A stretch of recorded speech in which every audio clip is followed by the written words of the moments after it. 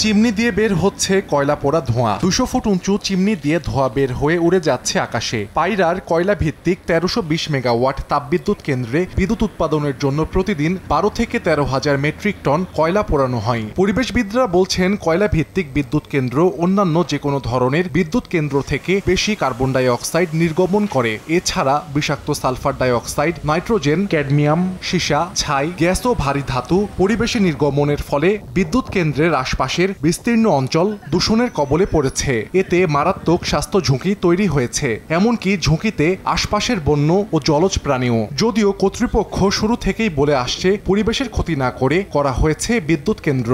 Ultra super critical প্রযুক্তির মাধ্যমে দূষণ রোধের দাবি করা হলেও মূলত প্রযুক্তির মাধ্যমে দূষণ সর্বোচ্চ 10% কমানো যায় বলে মনে করেন গবেষকরা। বাংলাদেশ ও চীনের যৌথ বিনিয়োগে 2017 সালে পটুয়াখালীতে নির্মাণ করা হয় পায়রা তাপবিদ্যুৎ কেন্দ্র।